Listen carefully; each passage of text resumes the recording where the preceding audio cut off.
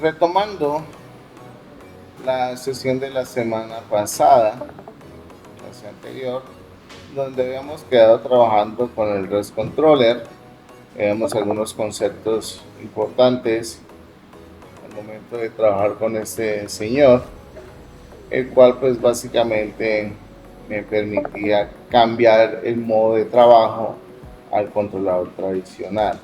¿Okay? Habíamos ya visto los conceptos básicos que hay que tener en cuenta al momento de trabajar con un REST Controller y habíamos desarrollado un pequeño ejercicio en el cual colocábamos por acá un endpoint de tipo getMapping, el cual me va a retornar un objeto de tipo map. Y acá básicamente lo que le estoy indicando es con body, que es el nombre del objeto, .put, que es el método que se utiliza para agregar ese par, que es la llave y su valor. Y acá pues básicamente lo que estoy retornando es ese elemento. Entonces, en la sesión anterior quedamos en este ejercicio que ya lo finalizamos y ahora vamos a continuar trabajando con algunos conceptos que son pues, importantes a la hora de definir elementos dentro de nuestros endpoints. Para esto nos vamos a encontrar por acá con un elemento que nos va a permitir definir nuestro endpoint base, donde ese endpoint base básicamente me va a permitir tomar que cada REST controller tenga su propio identificador. En este caso, aquí vemos que tenemos un request mapping y ese request mapping lo vamos a utilizar para definir cuál es la ruta base para nuestro endpoint. De igual manera, como ya sabemos, en nuestro proyecto tenemos que nos vamos a encontrar con una definición la cual pues, ya habíamos tenido en cuenta de una ruta base en nuestro archivo de configuración de properties. Recordemos que este archivo de configuración de properties es más aconsejable ya que nos permite aplicar una URL o una ruta base para acceder a nuestros endpoints. ¿Okay? De igual manera, si yo quiero definir, por ejemplo, un request mapping diferente, lo puedo hacer acá con este atributo. No le voy a dar importancia ahorita a este endpoint. Esto es en el caso de que ustedes requieran hacer cambios en sus rutas, ¿ok? Bien, como vemos por acá en la prueba pues tenemos esta definición. Habíamos trabajado el concepto de los modelos. En este caso los modelos acá me van a servir con un objetivo común. Estos modelos son la representación lógica de las tablas. Cuando hablamos de la representación lógica de las tablas estamos hablando de las entidades, ¿ok? Que también son nombradas o llamadas como models dentro de un proyecto de Spring.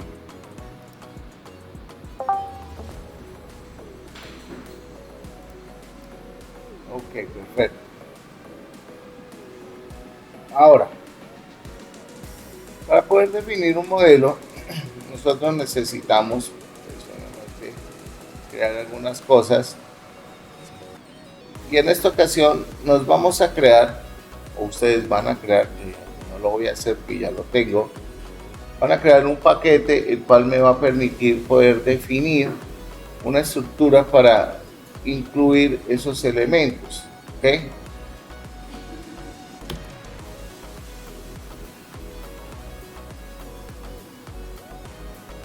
Si sienten de pronto que están perdiendo tiempo porque esto ya lo saben, pues váyanse para las pizzas y pueden trabajar allá tranquilamente. Entonces, aquí nos vamos a encontrar con la creación de ese paquete. Hay casos que estos modelos son denominados como entidades, como entities. Ojo, este es el primer acercamiento sin tener en cuenta el concepto de la arquitectura hexagonal. Aquí no se está implementando arquitectura hexagonal. ¿Ok? Aquí es simplemente carpetas, paquetes, de manera estándar, estilo MVC. ¿Ok? Ni siquiera MVC porque pues, obviamente deberíamos tener esos elementos. ¿Ok? Entonces, por favor, van a definir ustedes a nivel de proyecto. En este caso, tenemos nuestro proyecto de Java. Recordemos que siempre vamos a trabajar linkeados con nuestro proyecto principal. Recordemos que para que todos los bins funcionen correctamente y estén dentro del entorno de Spring, deben estar vinculados a el paquete principal. En este caso, pues vengo para acá, voy a definir aquí como modo.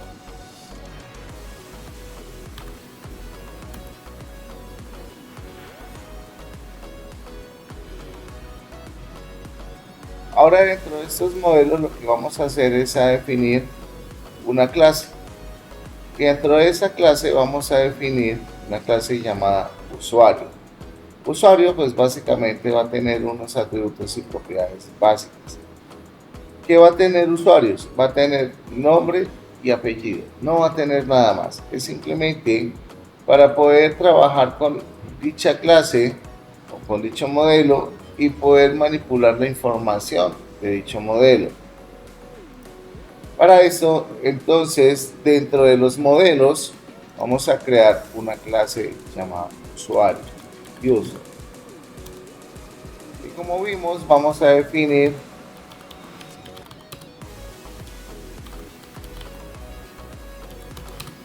un atributo de tipo string, nombre. Vamos a definir otro atributo de tipo string llamado apellido. Recordemos que aquí estamos trabajando con conceptos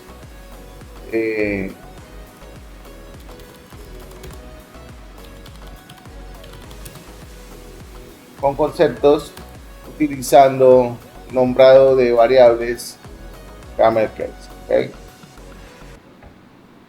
No se recomienda utilizar snake case. Si lo utilizan, pues ustedes tendrán que posiblemente afrontar algunos inconvenientes en el nombrado y referencia a esas variables. Eso es importante que lo tengan en cuenta. Entonces, acá lo básico es crear el constructor. Por lo general, cuando uno trabaja con Spring, el constructor siempre lo crea vacío. Casi nunca uno define el constructor con argumentos. Incluso pues, en ocasiones no define el constructor para que él lo tome por defecto. Pero es de buena práctica definir estos elementos. Entonces por acá defino los métodos getter y setter de la clase. Entonces por favor vamos a codificar esto. Bueno, entonces de acuerdo a lo que ya hemos trabajado, vamos a continuar aplicando acá algunos conceptos que son importantes. Lo primero que vamos a hacer, nosotros ya definimos por acá nuestro constructor vacío. Para este caso, siguiendo el ejemplo que tenemos acá en la documentación, vamos a definir un constructor que me reciba los dos argumentos, ¿ok? Que me reciba tanto el nombre como el apellido. Entonces para esto, si ya lo saben hacer, por favor procedan a hacerlo de manera rápida.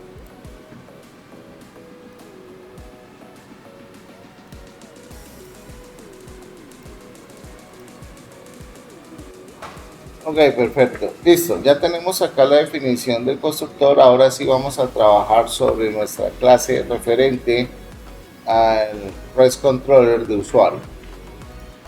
Para eso, pues ingresamos ya a nuestra clase que está con la anotación de REST controller.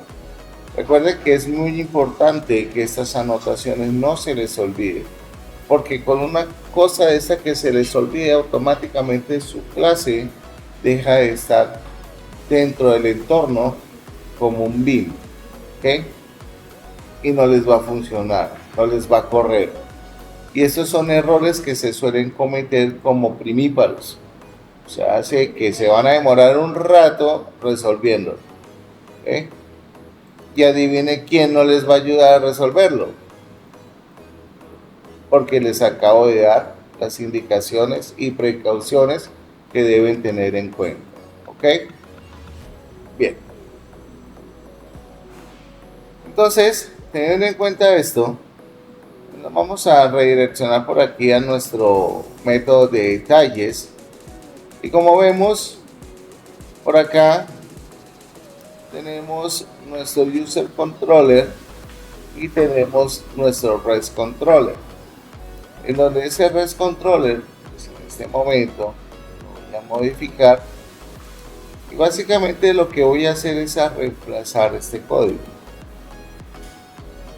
Donde acá me genera un pequeño error, el cual hace referencia a que me falta incluir la clase.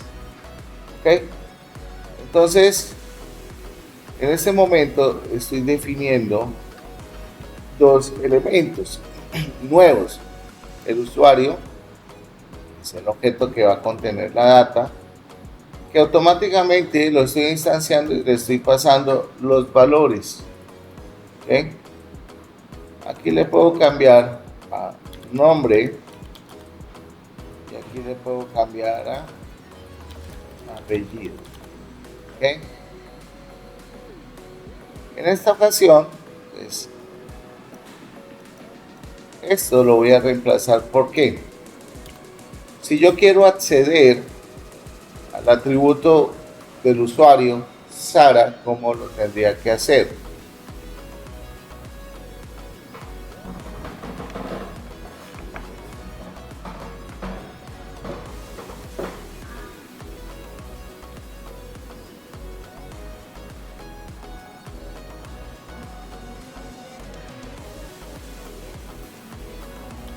User, ¿cómo lo tendría que hacer con el apellido, Sara?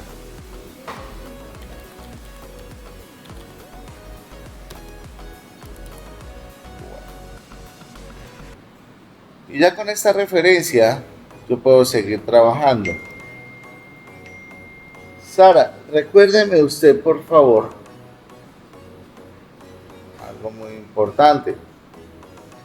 Yo les explicaba al comienzo una anotación para definir una ruta base para cada controlador.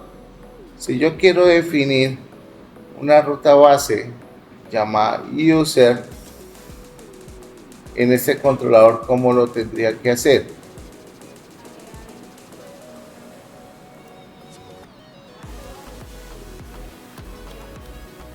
Arroba solo request controller, pero request controller solo ya lo tenemos.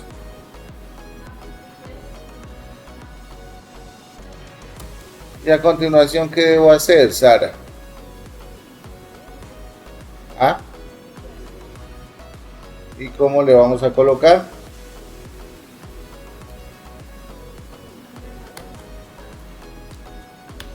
¿Cómo dijimos que se iba a llamar?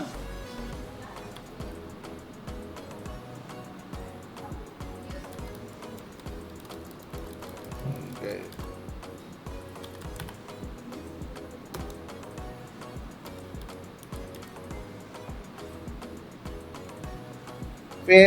Fíjense que acá él me permite tener dos argumentos, ¿no? Me permite obtener o pasar el método que voy a utilizar en este controlador. ¿Listo? Vamos a eliminar esto acá.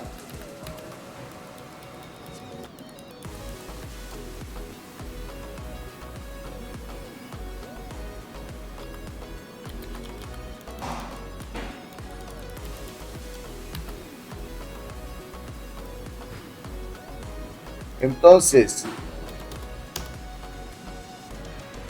Sara, si yo quisiera mostrar la información de este endpoint, ¿cómo tendría que hacerlo? Le voy a ayudar un poquito.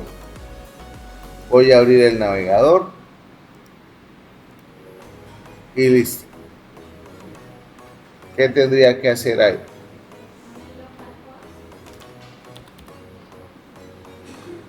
¿Ah?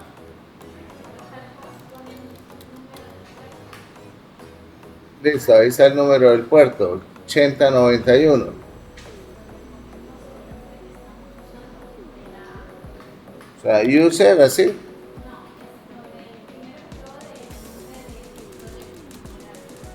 Entonces, ve play así.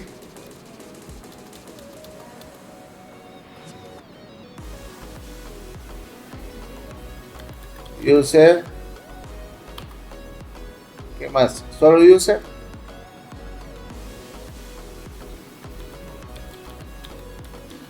Así. Entonces, fíjense que en este momento la respuesta que obtenemos de ese endpoint viene en qué formato? Formato JSON. ¿Okay? Formato JSON. Aquí ya no estamos utilizando la vista para poder recuperar la data. Entonces, es importante que entendamos cada una de esas diferencias que tenemos nosotros al momento de definir cada uno de los elementos y anotaciones en nuestras clases. ¿Okay?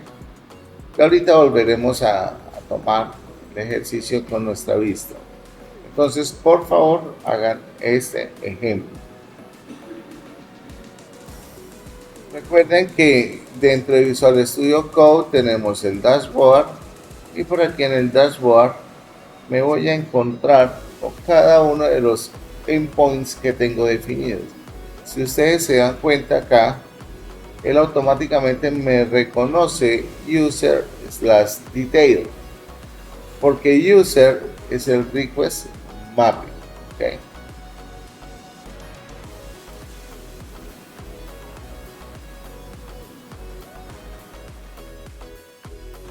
Muy bien, entonces les hago una pregunta.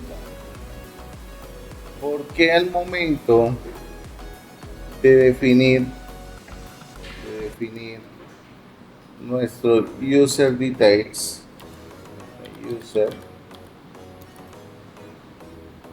me sale esta información y no me sale la vista? De igual manera, tengo un details. Señora, estamos usando distintos tipos de objetos. No, no necesariamente, porque yo podría incluir, como es nuestro ejemplo en la documentación, yo puedo entrar a user controller y modificar user controller de acuerdo al modelo. Por ejemplo, esto. ¿Sí? Yo puedo decirle acá control C, puedo entrar acá y pego esto acá. Acá le doy quick fix.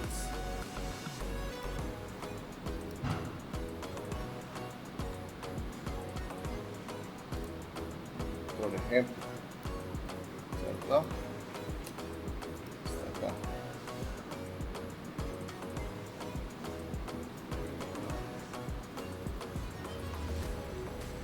Acá fíjense que tenemos un pequeño errorcito, ¿no?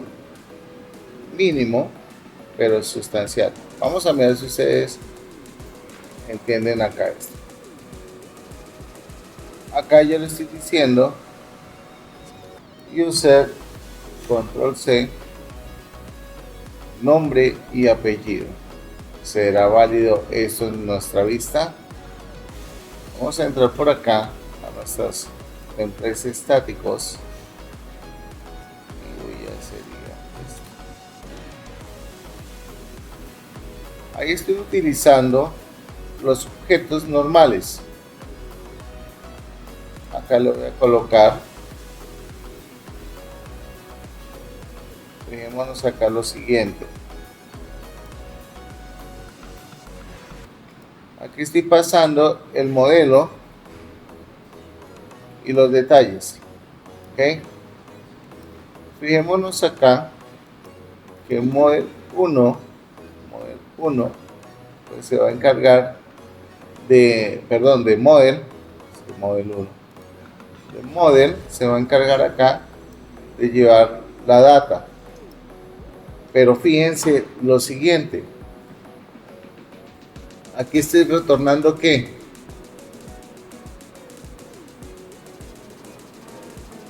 Details. Y aquí que estoy retornando. Entonces la diferencia entre los dos, ¿cuál es? Que en una estoy retornando ¿qué? El objeto, y en otra estoy retornando la vista. Esa es la diferencia entre los dos. ¿Ok? Esa es la diferencia. Estamos usando el mismo objeto. ¿Qué pasa si yo aquí a este señor le cambio y le digo que me retorne esto, details? Ahorita ustedes hacen la prueba, a ver qué sucede. ¿Ok? A ver qué sucede. En este caso yo le estoy diciendo que me va a retornar el modelo. Fíjense acá, que a pesar de que estoy retornando el modelo, yo puedo utilizar también el modelo para retornar el objeto. Además de retornar texto, yo puedo retornar objetos compuestos o complejos que le llaman. ¿Okay? En este caso estoy retornando ¿a quién? A user. ¿Y user qué contiene? La información del usuario. Por eso vine aquí a la vista y lo que hice fue reemplazar user.nombre y user.apellido. User, no porque tengamos definido en user controller esto, es porque nuestro modelo contiene una llave llamada user y él automáticamente me hace referencia a quién, al objeto de usuario. Incluso acá, si quieren, podemos colocarle user model. Entonces, dentro de nuestros details debería colocarle ¿qué? User model. ¿Por qué? Porque es la llave que contiene el modelo. ¿Listo? Entonces, cuando venga y muestre la data, vamos a mirar.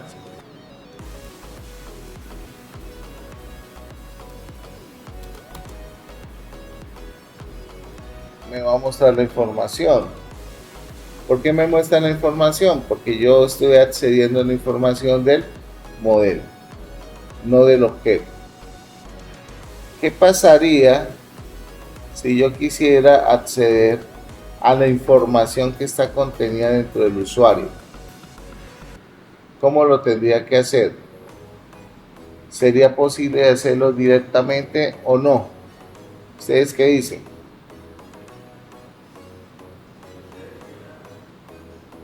A la información de user directamente desde la vista. Desde la vista. ¿Se podría hacer o no? ¿Cómo se podría hacer?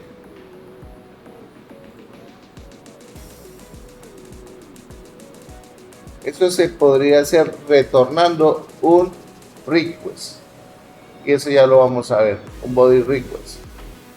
¿Ok? Y trabajando con variables. Yo no puedo retornar directamente o acceder directamente al objeto nativamente si no lo tengo definido en una lógica. ¿Ok? Entonces, en este caso, pues hicimos una modificación a User Controller. Ahora, ¿qué pasa si yo coloco en el Request Mapping que no voy a retornar esto, sino que voy a retornar el Details? ¿Cómo voy a hacer para acceder a la información que se encuentra en Body? ¿Será que lo puedo hacer? ¿Será que yo le puedo decir string y aquí le puedo decir details?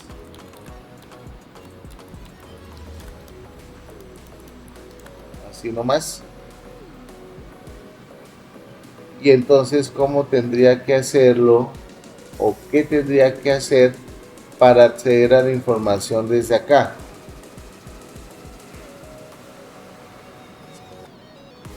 ¿Será que aquí colocando así como olímpicamente body podría hacerlo? Donde body, ¿qué contiene? Vamos a mirar. Nombre y apellido. Entonces, en teoría, si vengo para acá, yo podría decirle acá a este señor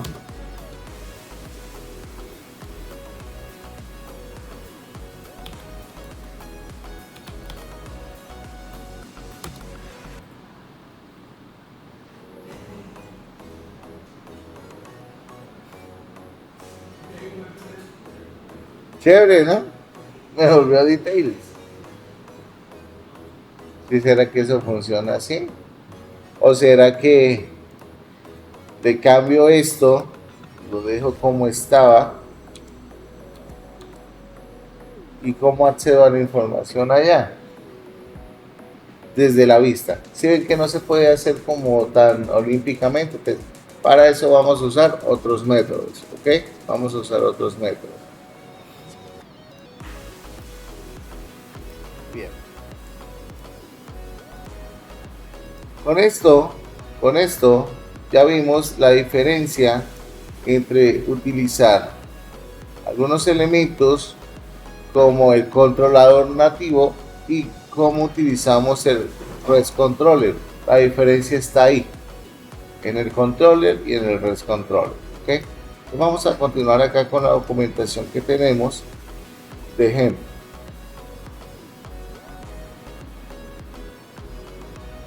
Nosotros nos vamos a encontrar en muchas ocasiones, en diversas ocasiones, que necesitamos modificar información del puerto. En muchas ocasiones, por seguridad, debemos modificar el puerto 8080 y no permitir que un usuario, digamos, nos haga daño en la información con un descuido nuestro. Y un descuido típico nuestro es dejar siempre los puertos por defecto. ¿Okay? Si ustedes se han dado cuenta, por ejemplo, los que ya crearon su servicio ahí en la nube con RealWare, él automáticamente le genera un puerto de conexión diferente a 3306 o al 5432, porque son los puertos por defecto que manejan estos sistemas gestores de bases de datos. Entonces sería muy fácil que cualquiera accediera a nuestra información en caso de que lo pudiera hacer. Para eso se utiliza el server port. Pero, digamos que esa es como la forma por defecto. Aquí lo tenemos. ¿Existen más maneras de hacer este cambio? Sí, las hay. Vamos a revisarlas. Déjenme un momento. Yo la tengo por acá en uno de mis proyectos bandera. Listo, chicos. Continuando entonces con el tema de la configuración del puerto, vamos a ver cómo se hace de una forma totalmente diferente, modificando nuestra clase principal, que es esta. ¿Okay? Lo típico es usar las propiedades de Spring, pero en ocasiones estos artilugios mágicos presentan problemas. Entonces nos toca que hacer las modificaciones a través del bin o a través de la clase principal. Para eso me voy a nuestra clase main, ubicada obviamente dentro de nuestro paquete principal. Veámonos que aquí tenemos una definición, dice Spring Application.run. Este señor lo que me está indicando es que a partir de este vaya y ejecute la clase llamada BetPlay Application, ¿okay? Esta como referencia, y pásele argumentos. Bueno, chévere, aquí no hay ningún argumento por pasar ni nada. Aquí lo que sabemos de manera muy ciega, como el amor, que todo funciona, ¿sí? Que todo funciona. Pero vamos a hacer unos cambios bastante radicales a esa clase. Voy a dar un control C a esto y lo voy a pegar aquí abajo. A mí siempre me gusta, cada vez que modifico código, pues comentar lo que sí estaba funcionando para hacer pruebas, y ya cuando sé que realmente los cambios que hice surtieron efecto, pues ahí sí elimino lo que no sirve, ¿okay? En este caso estoy definiendo un objeto de tipo app, el cual es de tipo Spring Application, que es el nombre de la clase o de la aplicación base del bin. A continuación le voy a definir la clase. En este caso mi clase de aplicación se llama BetPlay Application. La reemplazo acá y mágicamente pues ya el error desaparece, ¿cierto? Ahora le digo que en las propiedades por defecto utilice el método singleton map y modifique el server port.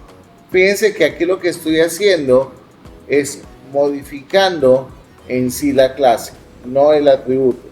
Entonces acá vengo y corrijo el error y le digo a ver, creo que es este.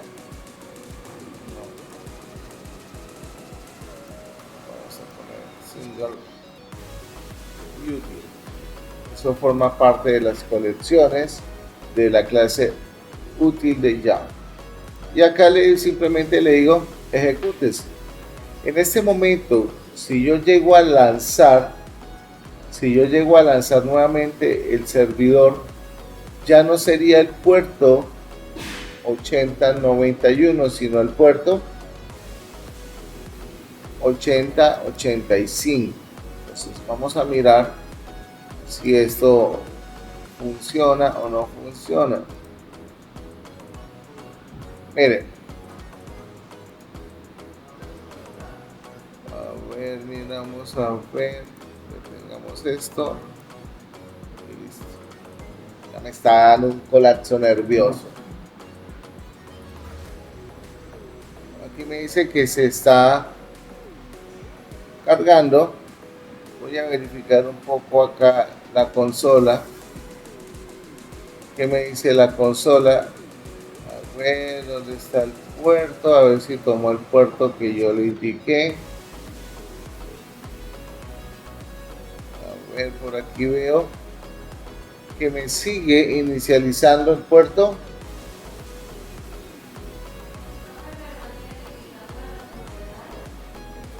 Voy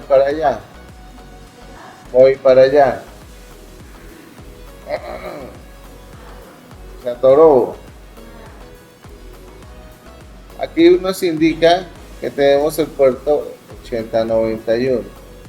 Entonces, haciendo caso no omiso a la sugerencia, voy a comentar el puerto acá.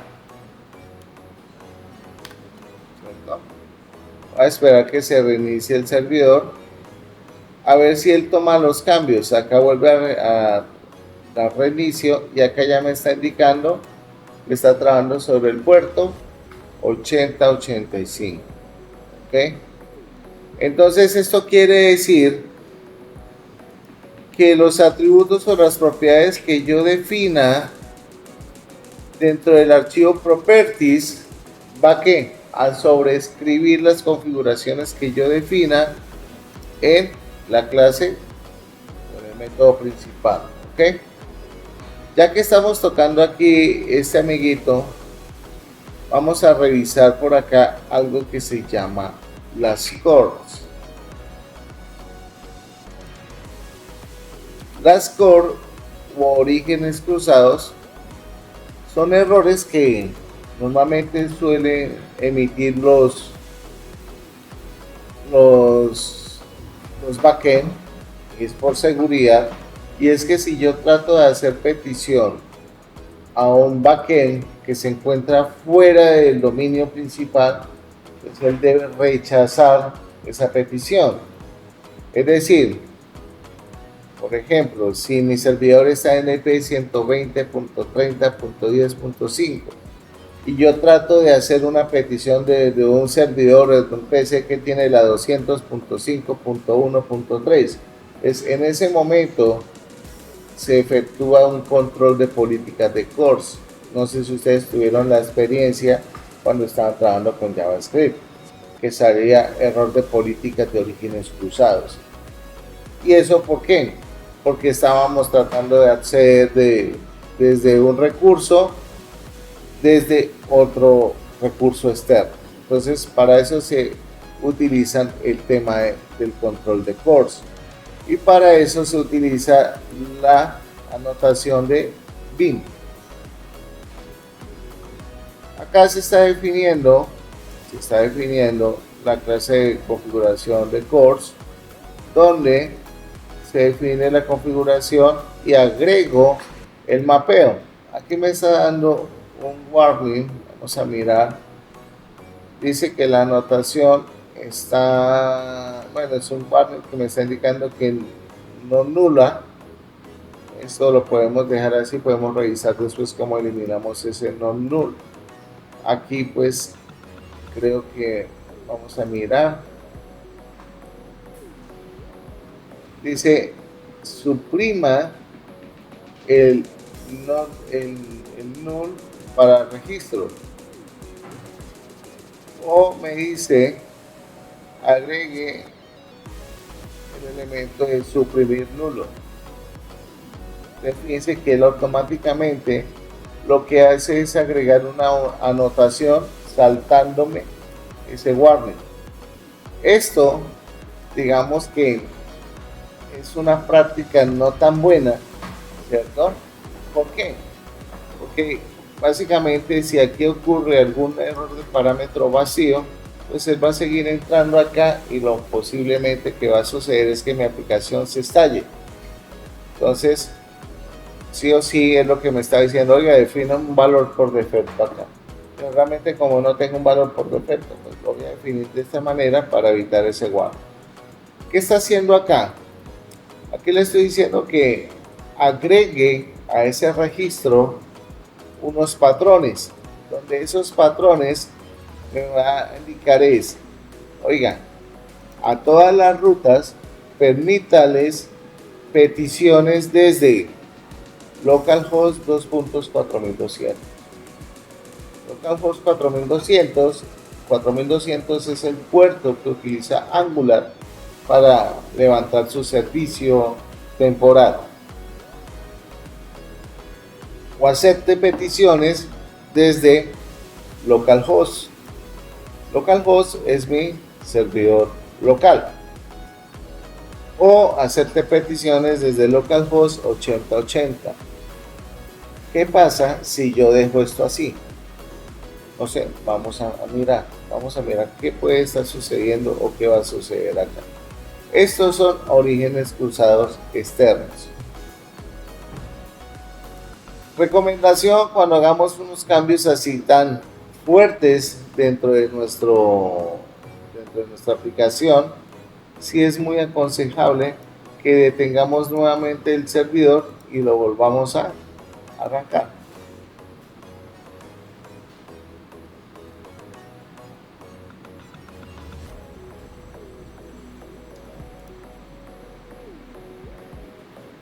Si yo vengo acá, actualizo, todo debería seguir funcionando. Un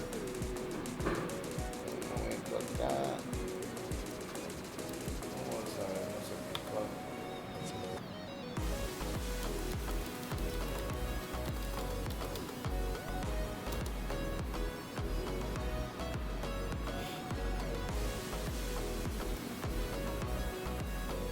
qué. Acá primero que todo no me funciona. ¿Por qué? Por el puerto, ¿sí o no? Entonces aquí es el 80, 85.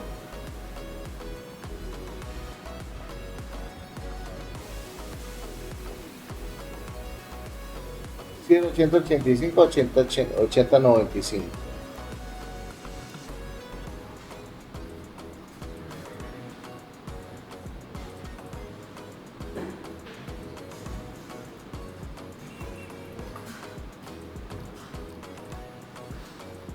A ver, que por aquí tenemos. Vamos a hacer algo. Voy a arrancarlo a ver qué reporte me da. Sprint. Si tengo un error anterior a este. Parece que no, ¿cierto? El puerto es 8085. Le voy a actualizar a esto. Y sigo teniendo errores. ¿Qué podría hacer? ¿Ah? Status. Dice Class Path Resource Template Details HTML. ¿Hay algo que podamos hacer acá?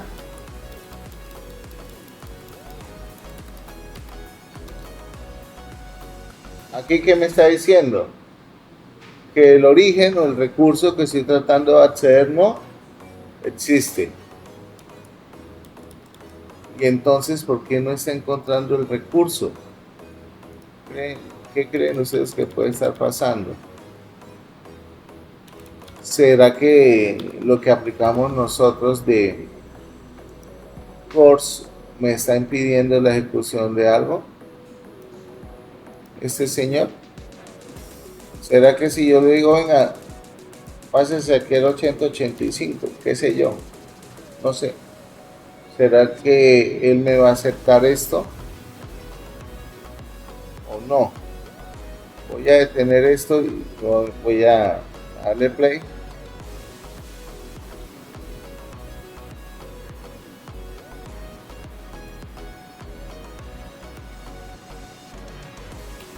A ver, me anuló los courses, absolutamente todo. Vamos a hacer algo. Dale un momento.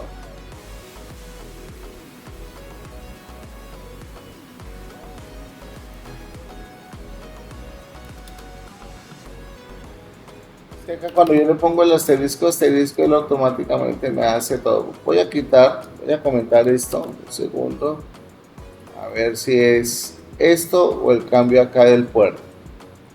No sé, voy a verificar esto.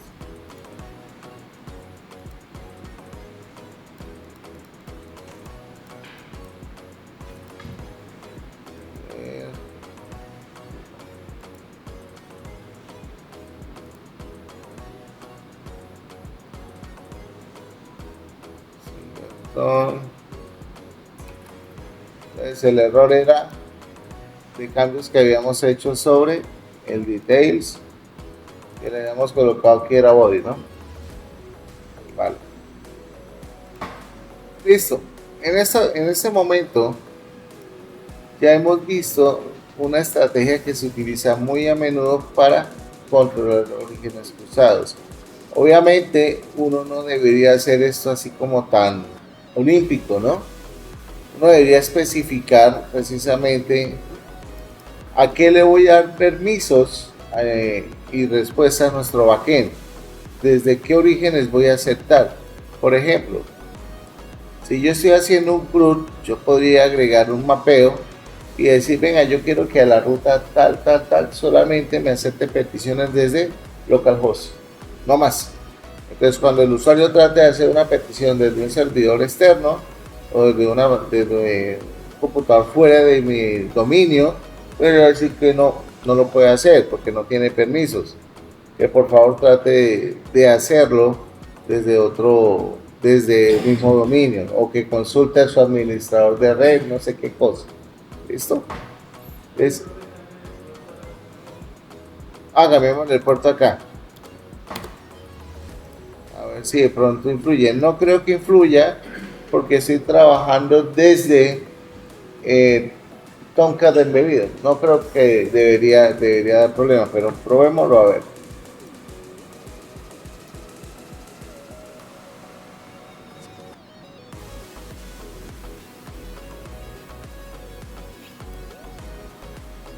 A ver si... Dice, la página localhost ha rechazado la conexión. O sea, sí me está influyendo dentro del embebido también. ¿Sí? Parece ser. Vamos a mirar acá y retornamos nuevamente al 85. A ver si me restaura. A ver si eso se refresca de manera automática o no.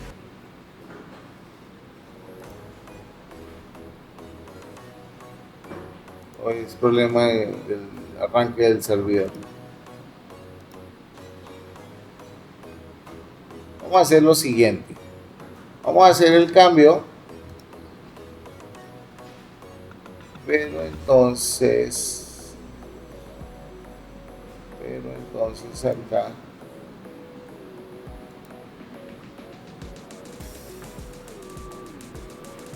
voy a detener esto.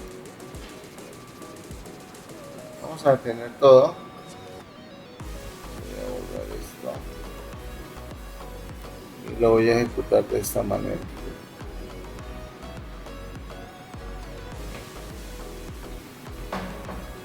A ver si era lo que teníamos, estaba en caché o qué carajos.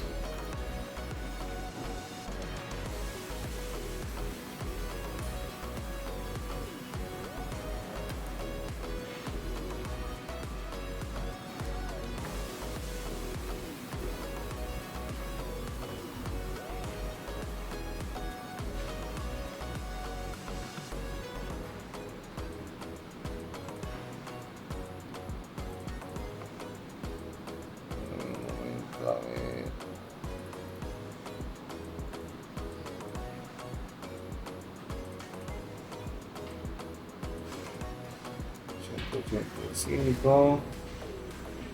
Intento de conexión fallida. Bueno, es que acá tenemos problemas de conexión. Es con Podres. Miren acá.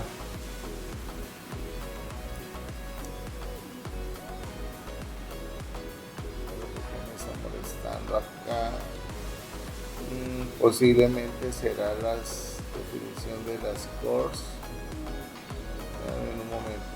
Y es que el problema es que si esto se interrumpe acá, el servicio no creo que se levante totalmente.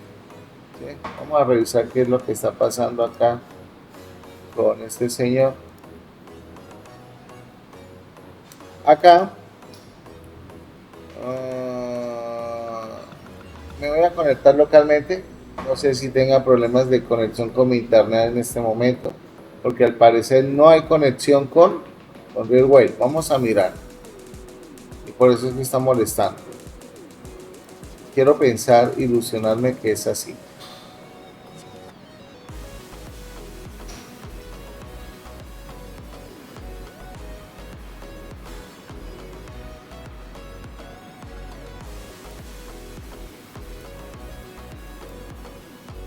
¿Sí ven? Era la conexión con la base de datos.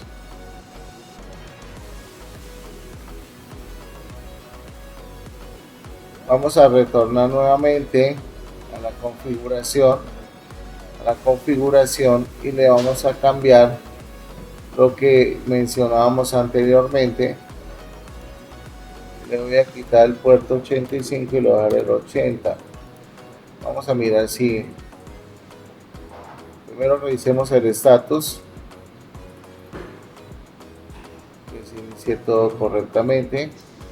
Vamos a mirar, yo no creería que se afectara el localhost. Entonces fíjense que no se afecta el localhost. Miren, aquí ya arrancó. Y arrancó bien. ¿Listo? El problema que teníamos anteriormente, ¿cuál era? El acceso a la base de datos. Seguramente se perdió en un lapso en internet la conexión y obviamente esto me hizo fallar el levantamiento del servidor. Acá los encabezados, el allow headers, se utiliza para especificar qué tipo de acciones voy a soportar en esta regla. ¿Okay? Yo puedo decirle acá, venga, yo quiero que acá solamente me acepte solamente gets. ¿Qué quiere decir? Que el usuario únicamente va a poder hacer peticiones de lectura si se conecta desde fuentes externas. ¿Ok? Eso es muy importante que lo tengan ustedes presentes, sobre todo en la definición de los cores, que es un tema bastante espinoso a la hora de trabajar en un backend. Es importante tener en cuenta el método de los encabezados y el uso de dichos métodos. ¿Okay? Si yo le digo el asterisco, como a muchos les gusta utilizar el asterisco en base de datos, ¿cierto? Les estoy diciendo, tranquilo, ustedes pueden llegar a hacer, deshacer lo que quieran dentro de la petición. Pueden hacer post, put, patch, get, etc. Entonces es muy importante que nosotros definamos las reglas, ¿ok? Definamos las reglas de esas políticas. Bien.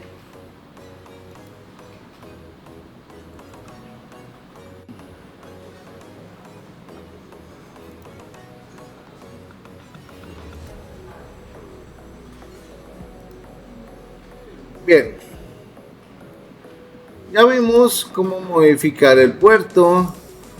Ya vimos cómo implementar el esquema o esas políticas de cores dentro de nuestros proyectos. Voy a simplemente a colocar por acá para acordarme de mi Git. Bien. Cuando nosotros trabajamos con cualquier backend, siempre nos vamos a encontrar con un elemento o con un patrón llamado DTO, ¿cierto? DTO significa objetos de transferencia de datos. Normalmente un DTO se utiliza en backend para nosotros poder personalizar las salidas que van a tener nuestros elementos. Por ejemplo, yo tengo una una entidad de países, una entidad de regiones y una entidad de ciudades. Digamos que a mí me interesa mostrar los países y que dentro de los países me muestre las regiones y entre las regiones me muestre las ciudades a las que pertenece esa región. Entonces, en ese momento, nosotros debemos pensar en cómo podemos personalizar esa solicitud o esa salida de información. Ahí es donde entran a jugar un papel muy importante los DTOs. ¿Okay? Y los vamos a crear específicamente para poder modificar una salida o una estructura ya definida previamente. Dice, son un patrón de diseño común en programación usado para transferir datos entre diferentes capas, ¿okay? De una aplicación. Son específicamente útiles en la arquitectura como arquitectura por capas o la arquitectura limpia, clean architecture. Importante esto, no se les vaya a olvidar esto: arquitectura limpia, arquitectura por capas. Para esto nosotros vamos a crear unos nuevos elementos para poder almacenar los DTOs, para ser un poquito más ordenados en nuestra estructura. ¿Ok? Para esto vamos a crear un nuevo paquete y ahí viene cómo le vamos a llamar. DTO. Un nombre bastante interesante, muy común, y lo vamos a crear. ¿Será que lo creamos dentro de modelos? Creémoslo dentro de modelos. Okay. Vamos a mirar. Normalmente, cuando estemos trabajando el hexagonal, los DTOs van dentro de la capa de dominio. ¿Okay? Dentro de dominio. Cuando lleguemos allá, vamos a estructurar nuevamente un proyecto, lo vamos a organizar. De pronto van a cambiar algunas cosas con respecto a lo que hacíamos con la parte de consola. ¿Okay? Entonces vamos a hacer lo propio en nuestra mega aplicación súper avanzada. Por acá voy a buscar entonces esto. Voy a hacer esto acá. Y aquí tenemos nuestros modelos. ¿Okay? Vimos que dentro de modelos vamos a crear nuestro paquete llamado DTO.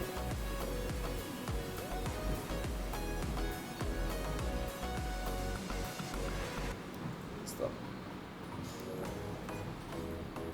Aquí básicamente lo que estamos haciendo es nuestra estructura.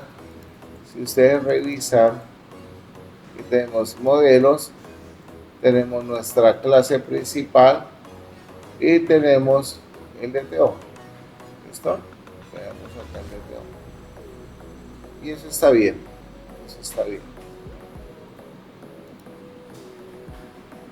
Vamos ahora a definir nuestro objeto. Según nuestra documentación, vamos a crear un DTO llamado User DTO. Normalmente, cuando uno crea DTOs dependiendo de la clase, se acostumbra a colocarle el nombre de la entidad. Pues obviamente eso no es una camisa de fuerza. ¿Ok? No es una camisa de fuerza. Fijémonos acá, tenemos un User DTO en donde estamos definiendo un title, o sea, un título de esa persona: ingeniero, doctor, arquitecto, desarrollador, lo que nosotros queramos. Pero adicionalmente nosotros le estamos diciendo que va a tener un objeto de tipo user, lo que hablábamos ahorita del ejemplo de países, regiones y ciudades. ¿Okay? Entonces, en esta ocasión voy a crear mi DTO. Para eso vengo para mi aplicación, vengo en DTO, clase, y le voy a poner de manera muy creativa user DTO.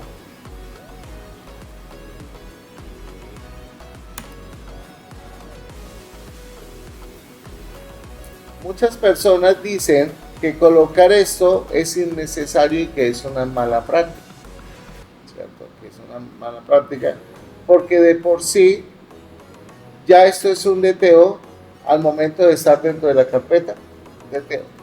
¿Okay? Sino uno lo hace más que todo como por establecer referencias. Entonces acá le voy a decir private string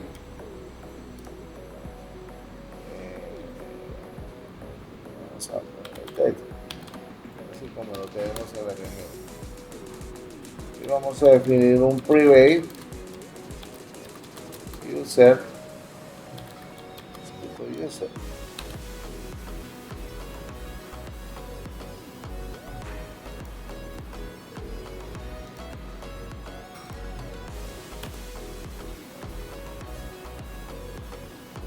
Vamos a definir el constructor. Okay, vamos a definir el constructor y los métodos get y set. Okay, métodos get y set.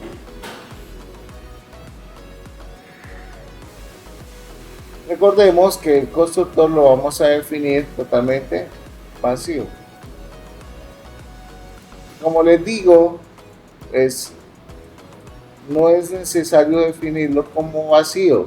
Si yo no lo defino, pues él automáticamente me va a tener en cuenta de manera implícita que el constructor es vacío. Pero es de buena práctica tenerlo. ¿Okay? Es de buena práctica.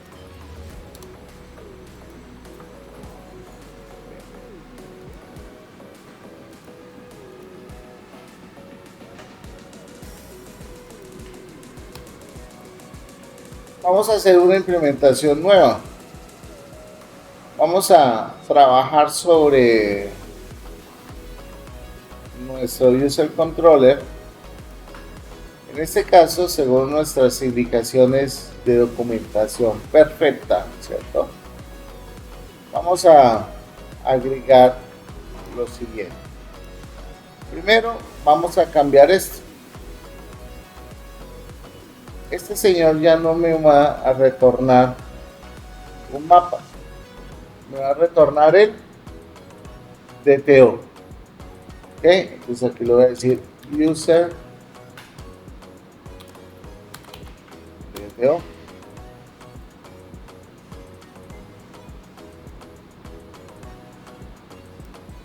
Voy a ponerle comentario a eso para no borrarlo. Voy a ponerle comentario a este señor. Y acá, ¿qué le voy a decir? ¿Cómo hago para retornar el DTO? ¿Será pertinente generar la instancia a DTO o no es necesario? Sara, eso no sé qué dice.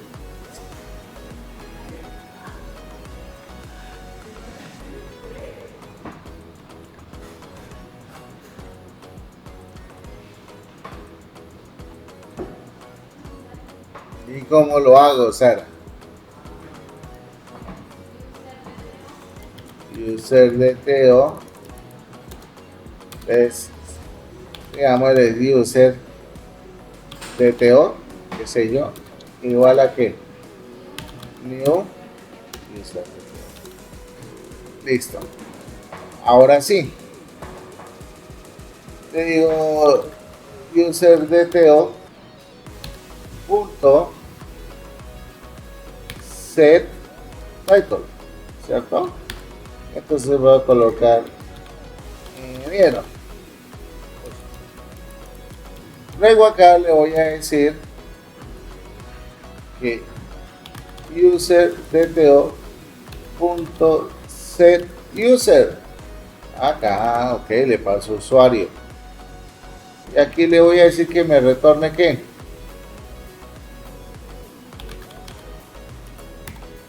User DTO. Acá me está dando unos warning. Este señor, vamos a ponerle comentarios que no sabemos si los vamos a necesitar ahora más tarde. ¿Listo?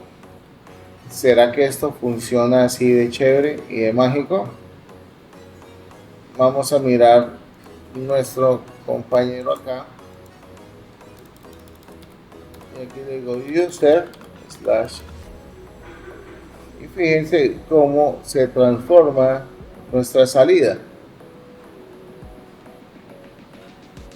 En este caso, ya le estamos retornando a ese señor frontend que se encarga de hacer las cosas triviales. Y nosotros hacemos lo importante, el backend, ¿cierto? No, mentiras. Le estamos retornando un objeto y ese objeto tiene información. Entonces de esta manera yo puedo empezar a armar una salida específica para un usuario. Por ejemplo, si yo necesitara, oiga, yo quiero de los usuarios saber cuáles son las facturas que ese usuario tiene pendientes conmigo. Entonces, le puedo mostrar a él un objeto, le puedo enviar un objeto que contenga esa información. Aquí es donde entra a trabajar y donde es muy importante utilizar los DTOs. ¿Okay? ¿Y los vamos a utilizar muy seguidos? Sí. Hay dependencias como Lombok que me permiten generar él de manera automática. Cuando yo creo una entidad y le coloco una anotación para que automáticamente las propiedades de la clase me las tome como un DTO. Pero bueno, hay muchas discusiones sobre eso. A algunos les gusta utilizar Lombok porque nos ayuda a ahorrar muchísimo tiempo en cuanto a ciertas cosas y demás. Pero bueno, no vamos a entrar en detalles ahorita con Lombok. Lo vamos a utilizar, sí, posiblemente lo tocamos más adelante. ¿Listo? Entonces, por favor, hagan la implementación, hagan la prueba, hagan las modificaciones necesarias. Aquí les dejo el ejemplo de la modificación de Using the Tags. ¿Listo?